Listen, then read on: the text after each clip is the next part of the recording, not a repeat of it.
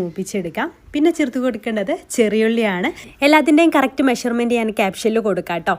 അപ്പോൾ അതും ചേർത്തിട്ട് വീണ്ടും ഒന്ന് മൂപ്പിച്ചെടുക്കുക. പിന്നെ അതിലേക്ക് ഒരു 3 തണ്ട് കറിവേപ്പില ചേർത്ത് കൊടുക്കുന്നുണ്ട്. പിന്നെ ചേർത്ത് കൊടുക്കേണ്ടത് 1 ടീസ്പൂൺ ചില്ലി ഫ്ലേക്സ് ആണ് കേട്ടോ. അതും ചേർത്ത് കൊടുത്തിട്ട് നന്നായിട്ടൊന്ന് മിക്സ് ചെയ്തെടുക്കുക. പിന്നെ ചെറുനാരങ്ങ വലുപ്പത്തിൽ പുളി പിഴിഞ്ഞ വെള്ളം കൂടെ ചേർത്ത് കൊടുക്കുന്നുണ്ട്. ആവശ്യത്തിനുള്ള ഉപ്പും ചേർത്ത് വീണ്ടും മിക്സ് ചെയ്തെടുക്കുക. എന്നിട്ട് ഇത് നിരത്തി അങ്ങ് വെച്ച് കൊടുക്കുക കേട്ടോ.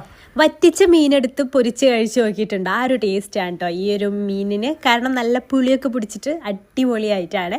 അപ്പോൾ അത് ആ മീനൊക്കെ ഇതുപോലെ അങ്ങ് വെച്ച് കൊടുക്കുക. ഞാൻ 11 മീൻ, ഒരു മീഡിയം സൈസിലുള്ള 11 മീൻ എടുത്തിട്ടുണ്ട്. അപ്പോൾ ഒരു ഭാഗമായി വരുമ്പോൾ നമുക്ക് തിരിച്ചിട്ട് കൊടുക്കാം. എന്നിട്ട് വീണ്ടും ഒന്ന് തിരിച്ചിട്ട് കൊടുക്കുന്നുണ്ട് കേട്ടോ. നമുക്ക് ഈ ഒരു പുളിവെള്ളമൊക്കെ ഒന്ന് വറ്റി അതിലിങ്ങനെ ഫുള്ളായിട്ട് വറ്റി ഡ്രൈ ആയിട്ട് വരണം. ലാസ്റ്റ് കുറച്ച് കറിവേപ്പില കൂടെ ഒന്ന് ഇട്ട് കൊടുക്കുന്നുണ്ട്. നമ്മുടെ സംഭവം റെഡി ആയിട്ടുണ്ട്. ഇതിന് പ്രത്യേകിച്ച് കറിയൊന്നും ഇല്ലെങ്കിലും നമുക്ക് ഒരു മീനിൻ്റെ ആ ഒരു മസാലയൊക്കെ കൂട്ടിയിട്ട് തന്നെ ചോറ് കഴിക്കാനും നല്ല ടേസ്റ്റാണ്. ഇഷ്ടമായിട്ടുണ്ടെങ്കിൽ ട്രൈ ചെയ്ത് നോക്കണേ.